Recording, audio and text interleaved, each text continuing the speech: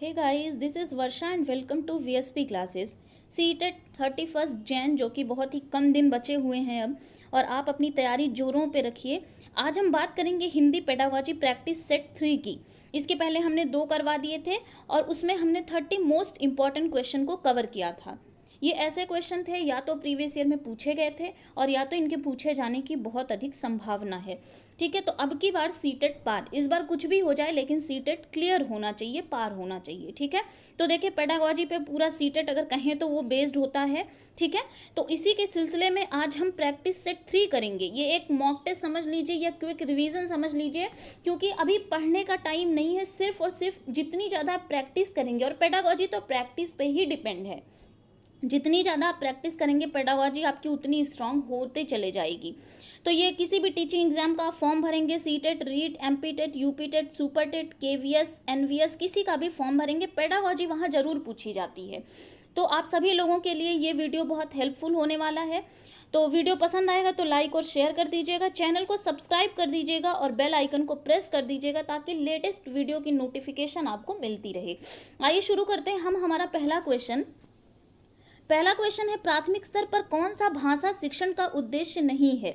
A option वर्णमाला को क्रम से कंठस्थ करना, बी ऑप्शन विभिन्न संदर्भों में भाषा का प्रभावी प्रयोग करना, सी ऑप्शन है स्पष्टता एवं आत्मविश्वास के साथ अपनी बात कहना, या फिर डी ऑप्शन है ध्वनि संकेत चिन्ह का संबंध बनाना। तो देखिए यहाँ पे प्राथमिक स्तर की सबसे पहले बात करी गई है, यानी कि 1 to 5 का जो बच्चा है उसके बारे में पूछा गया है। और भाषा शिक्षण का उद्देश्य नहीं है, ये अक्सर हमें एग्जाम में ये गुम हो जाता है, नहीं, ठीक है, नहीं दिखाई देता है, और इसीलिए हमारे क्वेश्चन जो होते हैं वो गलत भी हो जाते हैं। तो इस पे भाई ज़्यादा फोकस करिएगा कि नहीं है पूछ रहा है या है पूछ रहा है। ठीक है, तो नहीं है वर्णमाला को क्रम से कंठस्थ करना। अगर आपने हमारा टैग वर्ड्स वाला वीडियो देखा होगा तो कंठस्थ जो है वो नेगेटिव टैग वर्ड्स में आता है, जहाँ कंठस्थ और रट्टा मारने वाली बात कभी भी सही नहीं होगी बच्चे के लिए। ठीक है, तो हमारा आंसर जो है वो नहीं बताना है, तो यहीं से हमारा आंसर मिल गया। ठीक है, तो ए ऑप्शन हमारा राइट आंसर हो जाएगा। विभिन्न संदर्भों में भाषा का प्रभावी प्रयोग करना बिल्कुल जरूरी है। स्पष्टता एवं आत्मविश्वास के साथ अपनी बात कह सके बच्चा, ये भी जरूरी है। और ध्वनि संकेत चिन्हों का जो संबंध है उसको भी वो बना पाए, ये भी बहुत इंपॉर्टेंट है।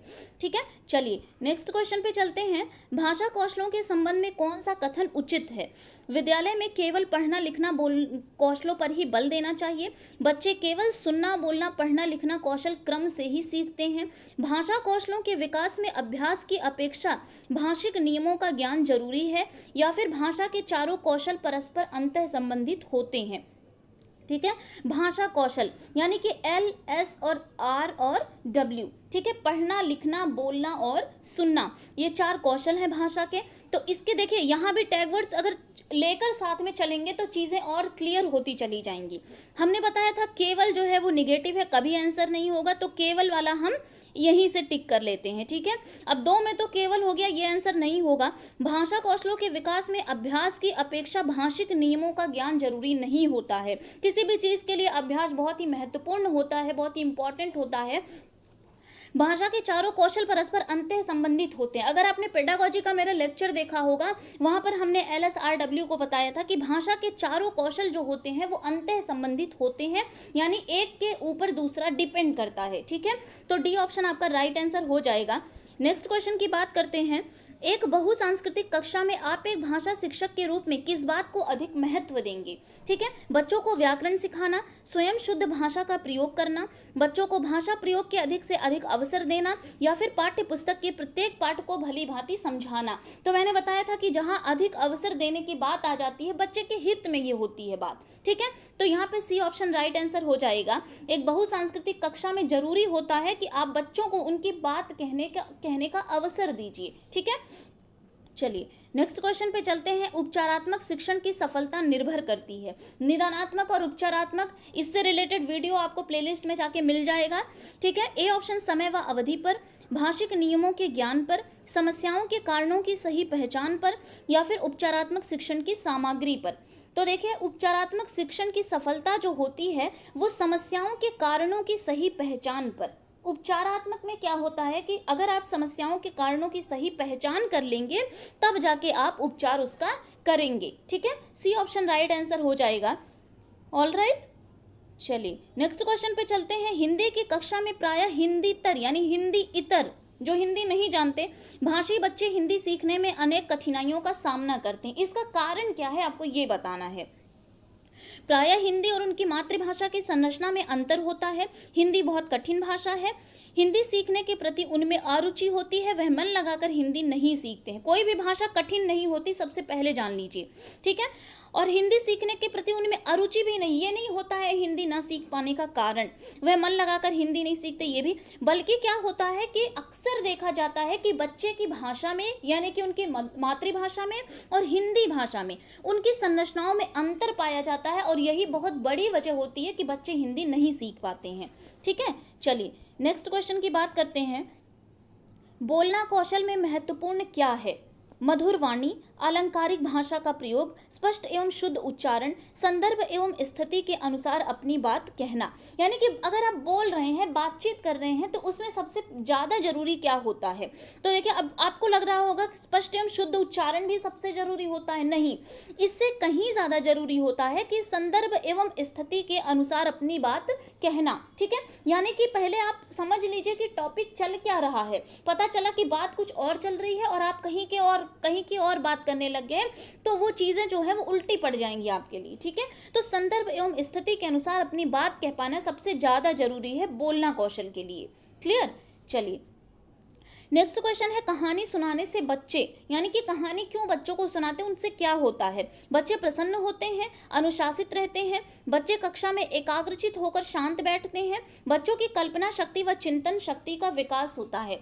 देखिए, छोटे बच्चों को हम कहानी किस लिए सुनाते हैं? इसलिए नहीं कि वो प्रसन्न हो जाएं, ठीक है। अनुशासित तो बिल्कुल भी नहीं रहेंगे इसलिए, और एकाग्रचित होकर शांत बैठते हैं इसलिए भी नहीं, बल्कि सबसे बड़ा जो मेन कारण होता है कहानी सुनाने का, वो ये है कि बच्चों की कल्पना शक्ति व चिंतन शक्ति का विकास करने के लिए ही हम बच्चों को क्या करते हैं?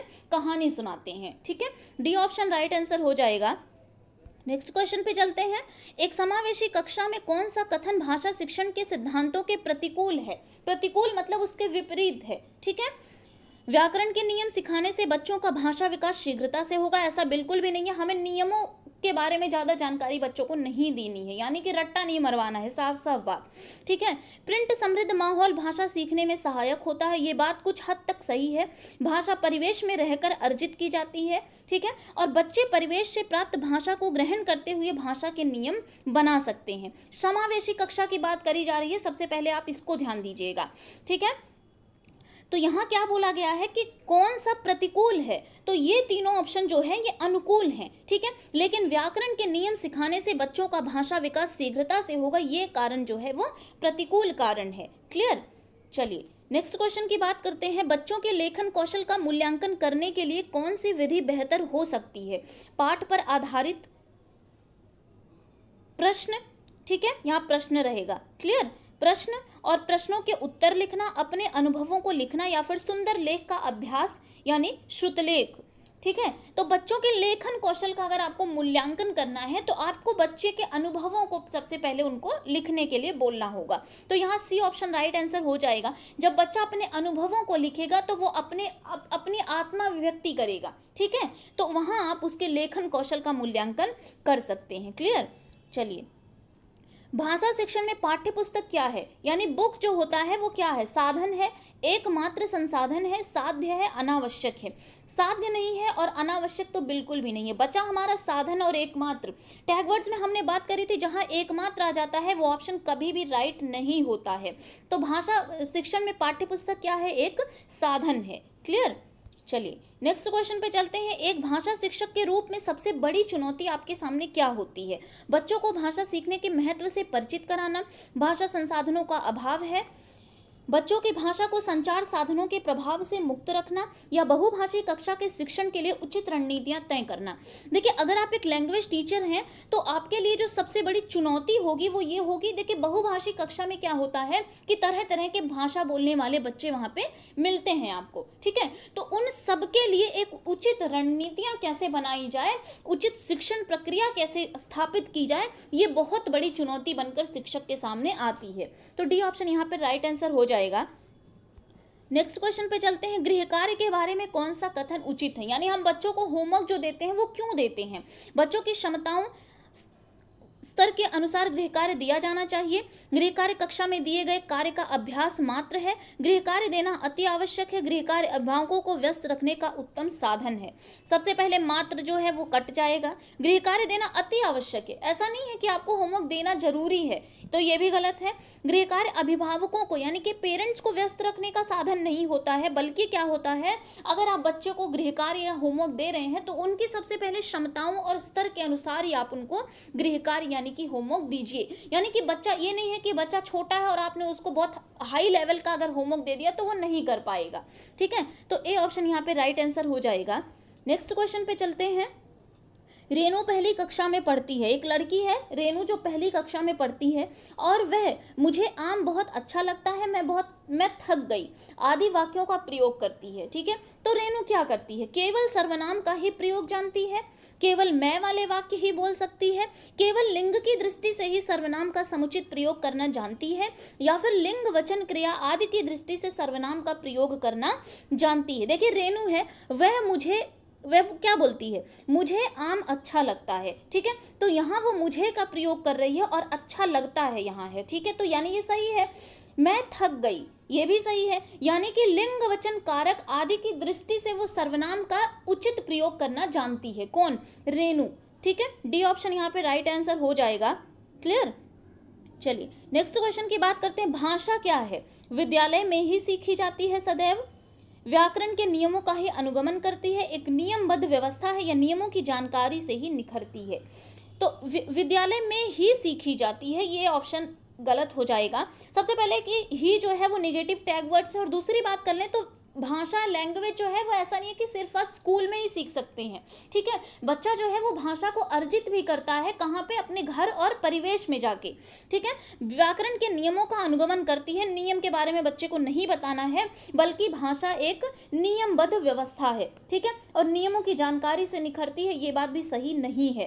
क्लियर। चलिए नेक्स्ट क्वेश्चन की बात करते हैं। भाषा की पाठ्य पुस्तक का निर्माण करते समय सबसे कम महत्वपूर्ण क्या है, यानी आप भाषा की पाठ्य पुस्तक बना रहे हैं तो सबसे कम महत्वपूर्ण आपको क्या लगता है, पाठ की संख्या, भाषा की विभिन्न छटाएं, विषय वस्तु में वैविध्य, अभ्यासों में वैविध्य। तो देखिए पाठ की संख्या ये ज़्यादा इंपॉर्टेंट नहीं है, उससे कहीं ज़्यादा इंपॉर्टेंट है भाषा की विभिन्न छटाएं हो पाठ्य पुस्तक में। ठीक है, विषय वस्तु में वैविध्यता हो और अभ्यासों में भी वैविध्य हो। ठीक है, लेकिन पाठों की संख्या कितनी है ये इंपॉर्टेंट नहीं है। ठीक है, आप कम भी रख सकते हैं और ज़्यादा भी रख सकते हैं, तो ए ऑप्शन यहाँ पे राइट आंसर हो जाएगा। नेक्स्ट क्वेश्चन पे चलते हैं। एक से अधिक भाषाओं का प्रयोग क्या करता है, कक्षाई जटिलताओं को बढ़ाता है, बिल्कुल गलत है। संज्ञानात्मक विकास में सहायक है, शिक्षकों के लिए गहन समस्या है। एक से अधिक भाषाएं समस्या नहीं हो सकती हैं, किसी भी एक भाषा में निपुणता में बाधक है, बाधक भी नहीं है, बल्कि क्या होती है कि एक से अधिक भाषाओं को जब बोला जाता है तो वहाँ संज्ञानात्मक विकास में वो सहायता करती हैं। क्लियर। चलिए नेक्स्ट क्वेश्चन की बात करेंगे। भाषा अर्जन और भाषा अधिगम के संदर्भ में कौन सा कथन सही नहीं है, यहाँ नहीं बताना है। भाषा अर्जन और भाषा अधिगम, अगर पेडागोजी का आपने लेक्चर वाला वो जो प्लेलिस्ट अगर आपने देखा होगा तो वहाँ बहुत अच्छे से समझाया हुआ है कि भाषा अर्जन क्या है और भाषा अधिगम क्या है। ठीक है, पहला लेक्चर है आई थिंक, भाषा अर्जन और भाषा अधिगम। भाषा अर्जन सहज और स्वाभाविक होता है, जबकि भाषा अधिगम प्रयासपूर्ण होता है। ठीक है, भाषा अर्जन में विभिन्न संकल्पनाएं मातृभाषा में बनती हैं, बिल्कुल गलत है। भाषा अधिगम में कभी भी अनुवाद का सहारा नहीं लिया जाता है। ठीक है, और सांस्कृतिक विभिन्नता भाषा अर्जन और भाषा अधिगम को प्रभावित करने वाला महत्वपूर्ण कारक है। देखिए आपको कौन सा कथन सही नहीं है ये बताना है, तो ये सब तो बिल्कुल सही है। ठीक है, लेकिन क्या होता है कि भाषा अधिगम में कभी भी अनुवाद का सहारा नहीं लिया जाता है। ठीक है, ये गलत है, तो आपको कौन सा सही नहीं है ये बताना है, तो सी ऑप्शन आपका राइट आंसर हो जाएगा। बाकी ये जो है तीनों ये सही है भाषा अर्जन और भाषा अधिगम के लिए। क्लियर। चलिए नेक्स्ट क्वेश्चन पे चलते हैं। एक बहुभाषी कक्षा में आप किसे सबसे कम महत्व देंगे, कम महत्व देना है आपको, सबसे कम महत्व। विभिन्न प्रकार का बाल साहित्य, बिल्कुल जरूरी है बाल साहित्य। कक्षा के बहुभाषिक और बहुसांस्कृतिक संदर्भों के प्रति संवेदनशीलता बच्चों को सिखाना। ठीक है, ठीक है। दो भाषाओं के मध्य विद्यमान समानता व अंतर का विश्लेषण कैसे किया जाता है ये बच्चे को बताना, या फिर कक्षा में विभिन्न प्रकार की सामग्री से समृद्ध वातावरण, सबसे कम महत्व आपको किसको देना है। देखिए कभी भी बच्चों को समानता और अंतर या तुलना, ये टैग वर्ड्स में भी मैंने बोला था, ये सारी बातें जो है वो बच्चे को नहीं बतानी है। क्लियर। तो सी ऑप्शन यहाँ पे राइट आंसर हो जाएगा, सी को ही हम कम महत्व देंगे, बाकी इंपॉर्टेंट है। नेक्स्ट क्वेश्चन पे चलते हैं। हिंदी भाषा का मूल्यांकन करते समय आप सबसे ज्यादा महत्व किसे देंगे। काव्य सौंदर्य, निबंध लिखने की योग्यता, सीखने की क्षमता का आकलन, या फिर व्याकरणिक नियम। ठीक है। तो देखिए हिंदी भाषा का अगर आपको मूल्यांकन करना है तो सीखने की क्षमता का आकलन, इस पर आप सबसे ज्यादा महत्व देंगे। क्लियर। चलिए नेक्स्ट क्वेश्चन पे चलते हैं। निम्नलिखित में से कौन सा बच्चों की भाषिक क्षमता के आकलन का सबसे उचित तरीका है। संज्ञा को परिभाषित कीजिए, संज्ञा की परिभाषा को पूरा कीजिए, संज्ञा शब्दों के दो दो उदाहरण दीजिए, और बादल, आसमान, चिड़िया बच्चे के साथ संज्ञा शब्दों का प्रयोग करते हुए एक कहानी लिखिए। उसकी देखिए बच्चे की भाषिक क्षमता का आकलन करना है तो यहाँ पे डी ऑप्शन राइट आंसर हो जाएगा। बादल, आसमान और चिड़िया, ये सारे संज्ञा शब्दों का प्रयोग करते हुए एक कहानी लिखने के लिए दीजिए। क्लियर। तो डी ऑप्शन राइट आंसर हो जाएगा। नेक्स्ट क्वेश्चन पे चलते हैं। भाषा सीखने के लिए कौन सा कारक सर्वाधिक महत्वपूर्ण है। समृद्ध भाषिक वातावरण, भाषा की पाठ्यपुस्तक ये उतना महत्वपूर्ण नहीं है, व्याकरणिक नियम तो महत्वपूर्ण नहीं है, पाठ पर आधारित प्रश्न उत्तर भी महत्वपूर्ण नहीं है। तो यहाँ पे ए ऑप्शन आपका राइट आंसर हो जाएगा, समृद्ध भाषिक वातावरण। क्लियर। ये जो होगा वो भाषा सीखने के लिए सर्वाधिक महत्वपूर्ण कारक हो सकता है। चलिए नेक्स्ट क्वेश्चन पे चलते हैं। बच्चों की मौखिक अभिव्यक्ति का विकास करने के लिए सबसे कम प्रभावी तरीका कौन सा है। मौखिक अभिव्यक्ति का विकास करना है बच्चों की, बातचीत करना। देखिए जितनी ज़्यादा आप बच्चों से बातचीत करेंगे उनकी मौखिक अभिव्यक्ति का विकास जो है होगा वो ज़्यादा से ज़्यादा होते रहेगा। व्याकरण आधारित संरचना अभ्यास, अपने अनुभवों का वर्णन, संवाद अदायगी। ठीक है। तो अपने अनुभवों का वर्णन भी जितना बच्चा करेगा उतना ज़्यादा आप मौखिक अभिव्यक्ति का विकास उसका होगा। संवाद अदायगी, लेकिन सबसे कम महत्वपूर्ण जो है वो व्याकरण पर आधारित संरचना अभ्यास। व्याकरण पर आधारित संरचना अभ्यास जो होगा उससे मौखिक अभिव्यक्ति का विकास बच्चे में सबसे कम होगा। क्लियर। चलिए नेक्स्ट क्वेश्चन की बात करते हैं। दृष्टिबाधित बच्चों को भाषा सिखाते समय आपको क्या करना है। कम पाठ वाली पाठ्यपुस्तक का निर्माण किया जाना चाहिए, अधिक से अधिक मौखिक भाषा का प्रयोग करना चाहिए, उन्हें विभिन्न भाषिक गतिविधियों में शामिल नहीं करना चाहिए, या फिर उन्हें कक्षा में अलग बैठाना चाहिए ताकि उन पर विशेष ध्यान दिया जा सके। देखिए दृष्टिबाधित बच्चा है यानी कि बच्चा देख नहीं सकता है, तो ऐसे में आपको क्या करना चाहिए, अधिक से अधिक मौखिक भाषा का प्रयोग करना चाहिए। यानी बच्चा देख नहीं सकता पर सुन तो सकता है ना। ठीक है। तो बच्चा एटलीस्ट सुन के जो ज्ञान प्राप्त कर सकेगा, इसके लिए हमें अधिक से अधिक मौखिक भाषा का प्रयोग करना चाहिए। बी ऑप्शन आपका राइट आंसर हो जाएगा।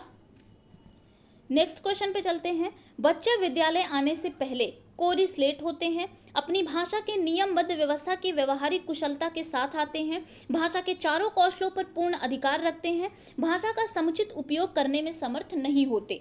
देखिए जब बच्चे स्कूल आते हैं कोरी स्लेट बिल्कुल भी नहीं होते, क्योंकि बच्चे घर में और अपने परिवेश में कुछ ना कुछ बातें वो करते हैं, कुछ ना कुछ कौशल जो होते हैं उनमें आ जाते हैं। ठीक है।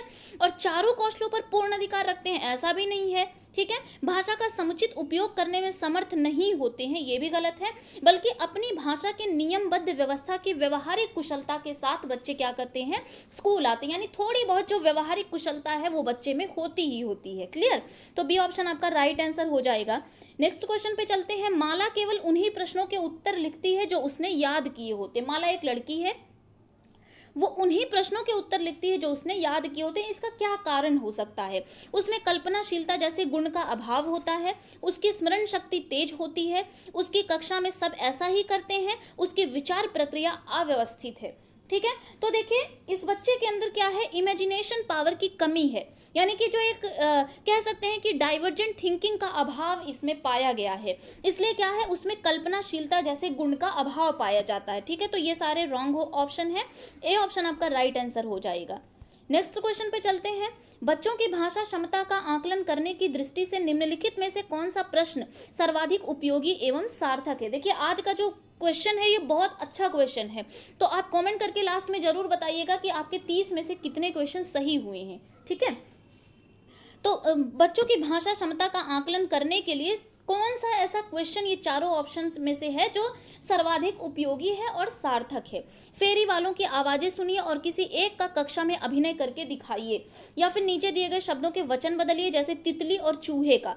नीचे लिखे शब्दों को पढ़कर सुनाइए जंगल और धरती। नीचे लिखे वाक्यों को पढ़कर सुनाइए मुझे कहानी सुनना बहुत अच्छा लगता है। ठीक है, तो देखिए पढ़कर सुनाने में कुछ भाषा क्षमता का आकलन नहीं कर सकते आप, तो बी, सी और डी तो कट गया।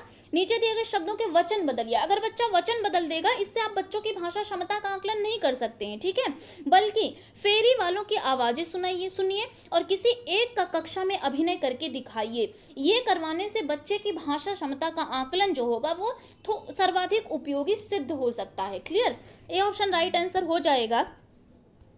नेक्स्ट क्वेश्चन पे चलते हैं। स्किनर कहते हैं, स्किनर क्या कहते हैं? जैविक क्षमता के कारण बच्चा भाषा सीखता है, भाषा अर्जन में बच्चे की भूमिका होती है, मस्तिष्क पे नियम बिठाकर बच्चा भाषा को गढ़ता है, या फिर बच्चा यांत्रिक ढंग से अनुकरण करके भाषा को सीखता है। ठीक है, तो स्किनर ने किस बात पर जोर दिया था? इन्होंने अनुकरण पर जोर दिया था, तो डी ऑप्शन आपका राइट आंसर हो जाएगा कि बच्चा यांत्रिक ढंग से अनुकरण करके भाषा को सीखता है। क्लियर, चलिए नेक्स्ट क्वेश्चन की बात करते हैं। भाषा शिक्षण के अंतर्गत वर्तनी संबंधी त्रुटियों का निवारण कैसे करना चाहिए? बच्चे की उपेक्षा कर, त्रुटियों के प्रकार गिनवा कर। ठीक है, वर्तनी का ये यहाँ पे रहेगा वर्तनी का शुद्ध उच्चारण एवं लेखन अभ्यास करवाकर, वर्तनी के बारे में कुछ बातें बताकर। ठीक है, अगर देखिए बच्चा गलत वर्तनी का प्रयोग कर रहा है तो उसका निवारण आप कैसे करेंगे? अब या तो अब आपको पता नहीं है कि वो वर्तनी का शुद्ध उच्चारण नहीं कर पा रहा है कि वर्तनी शुद्ध लिख नहीं पा रहा है। ठीक है, इसके लिए सी ऑप्शन राइट आंसर हो जाएगा कि वर्तनी का शुद्ध उच्चारण भी आप करवाएंगे और लेखन अभ्यास करवाएंगे कि अगर वो गलत वर्तनी लिख रहा है तो वो भी उसमें सुधार हो जाए, तो सी ऑप्शन आपका राइट आंसर हो जाएगा। नेक्स्ट क्वेश्चन पे चलते हैं। भाषा शिक्षण की प्रक्रिया अत्यंत जटिल प्रक्रिया है। जटिल कुछ भी नहीं है, विभिन्न विषयों की कक्षाओं में भी संभव है, घर में संभव नहीं है, भाषा की कक्षा में ही संभव है। घर में संभव नहीं है ये बिल्कुल गलत है, भाषा की कक्षा में ही संभव है, ही संभव नहीं है। ठीक है, बल्कि विभिन्न भाषाओं की कक्षाओं में संभव है। ठीक है, देखिए भाषा शिक्षण क्या है कि आप अगर मैथ्स का भी क्लास कर रहे हैं तो उसमें भी हिंदी और या फिर कोई भी भाषा जो होगी वो चलती रहेगी, यानी कि विभिन्न विषयों की कक्षाओं में भाषा जो है वो प्रक्रिया जो भाषा की है वो चलती रहेगी। ठीक है, तो बी ऑप्शन राइट आंसर हो जाएगा। चलते हैं आज के लास्ट क्वेश्चन पे। व्याकरण शिक्षण के संदर्भ में आपका बल किस बिंदु पर होगा? यहाँ आपको व्याकरण शिक्षण के संदर्भ में बताना है। व्याकरण के व्यवहारिक पक्ष पर, व्याकरणिक कोटियों की पहचान पर, व्याकरण के नियमों की सैद्धांतिक विवेचना पर, या फिर व्याकरण नियमों को कंठस्थ करने पर। देखिए सबसे पहले रट्टा नहीं मारना है, कंठस्थ नहीं करना है नियमों को, और नियमों की सैद्धांतिक विवेचना भी नहीं करनी है, व्याकरणिक कोटियों की पहचान भी नहीं करनी है, बल्कि व्याकरण के व्यवहारिक पक्ष पर बल देना है। ठीक है, तो व्याकरण शिक्षण के संदर्भ में व्याकरण के व्यवहारिक पक्ष पर जितना ज्यादा बल दिया जाएगा वो बच्चे के हित में होगा। क्लियर, तो ये थे आज के top 30 most important question Hindi pedagogy से। तो आप कमेंट करके जरूर बताइएगा कि 30 में से कितने क्वेश्चन आपके सही हुए हैं, और अगर वीडियो पसंद आया होगा तो लाइक और शेयर कर दीजिएगा, चैनल को सब्सक्राइब कर दीजिएगा और बेल आइकन को प्रेस कर लीजिएगा ताकि वीडियो की लेटेस्ट नोटिफिकेशन आपको मिलती रहे। Thank you.